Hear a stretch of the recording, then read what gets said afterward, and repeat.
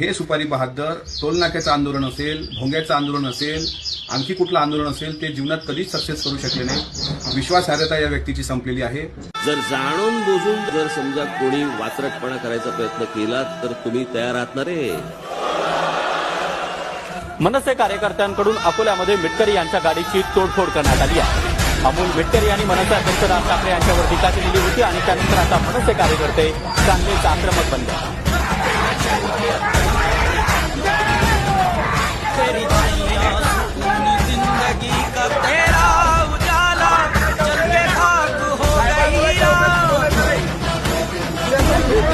एक सांगू ठेवतो आपल्या सर्वांच्या साक्षीनं, खास करून या राष्ट्रवादीवाल्यांना, तुमच्याकडे जर प्रस्थापित असतील, माझ्याकडे विस्थापित आहेत.